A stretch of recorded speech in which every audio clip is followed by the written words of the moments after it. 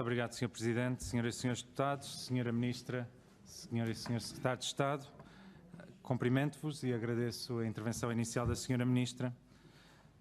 De facto, a solução parlamentar que deu a maioria para o atual Governo Socialista prometeu, em 2015, devolver a paz social ao país.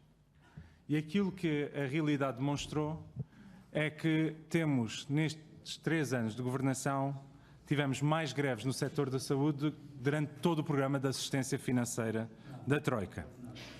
Mas isto é resultado direto das expectativas geradas por este Governo, particularmente aos profissionais de saúde, já para não falar nas expectativas geradas perante os portugueses. Mas, como sempre acontece, a realidade assentou.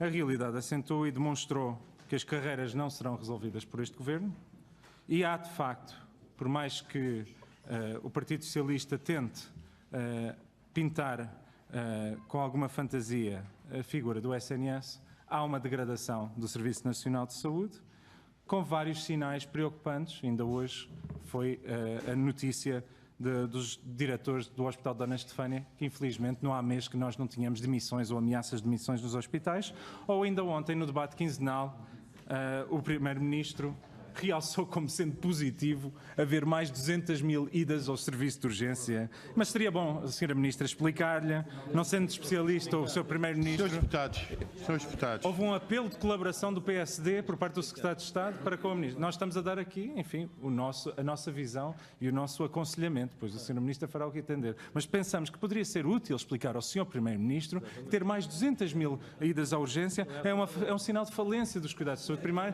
e é um sinal de que os portugueses estão mais doentes.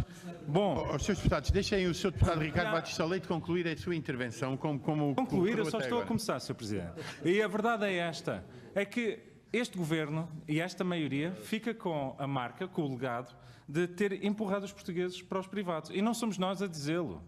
É a OCDE, que diz que os portugueses estão a pagar como nunca pagaram do seu bolso, por cima daquilo que pagaram dos impostos, e é o Conselho de Finanças Públicas.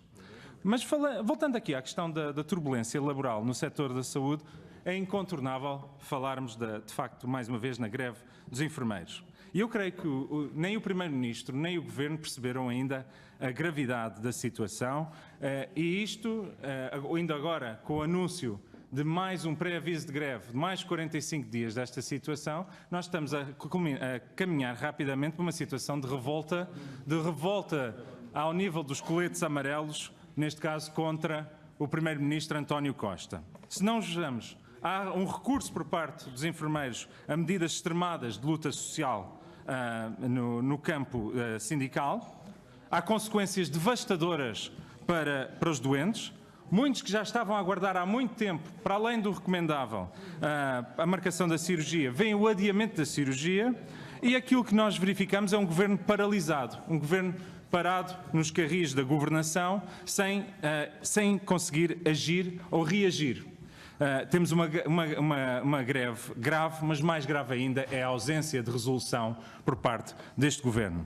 Aliás, na realidade só tivemos 2 respostas. A negação da gravidade da situação por parte do Primeiro-Ministro, ainda ontem, dizendo que todas as cirurgias seriam feitas até ao final de março e, portanto, não era uma questão. E a verdade é que da parte do Ministério da Saúde, da parte do Ministério da Saúde, apenas suscitaram dúvidas sobre o enquadramento jurídico da greve. E os sindicatos, ao contrário daquilo que foi dito pela Sra. Ministra aqui, dizem que não tem havido disponibilidade negocial da parte do Governo e dizem que as poucas reuniões que têm havido, as reuniões terminam em menos de 5 minutos, porque basicamente o Ministério diz que não negocia em contexto de greve. Ontem, o Primeiro-Ministro depois contrariou esta afirmação, dizendo que afinal estavam a negociar, mas que não podiam aceitar as reivindicações dos enfermeiros. E não deixa de ser curioso porque o Primeiro-Ministro António Costa disse em setembro de 2017 que o descongelamento das carreiras será especialmente benéfico no caso dos enfermeiros. E o Ministro da Saúde, Adalberto Campos Fernandes, em outubro de 2018, pouco tempo depois do Primeiro-Ministro o segurar naquela entrevista do Expresso, disse: o que é vontade dos enfermeiros é reconhecido como justíssimo por parte do Governo. Se há grupo profissional na saúde que precisa recriar um modelo de desenvolvimento profissional, são os enfermeiros. E da parte do Governo há uma vontade enorme de chegar a um entendimento sobre o modelo de carreira. E o Primeiro-Ministro, a verdade é esta, arroga-se como sendo um grande especialista de negociação, considera-se mesmo o melhor negociador político. Muito à imagem de Trump nos Estados Unidos, gosta de negociar, é muito capaz na sua negociação. Seria útil utilizar essas capacidades negociais na negociação sindical. Portanto, coloca a pergunta à Sra. Ministra se o Primeiro-Ministro, perante a gravidade da situação, já se envolveu diretamente no processo negocial com os sindicatos. E outras perguntas que eu deixo, Sra. Ministra. Então, para concluir... Perante o pré-aviso da greve, quando é que começaram a tentar contratualizar dentro e fora do SNS? Já percebemos que os parceiros a que a Sra. Ministra se referia seriam os privados e os sociais, a que iria recorrer. Quando é que começou a negociação para essa contratualização?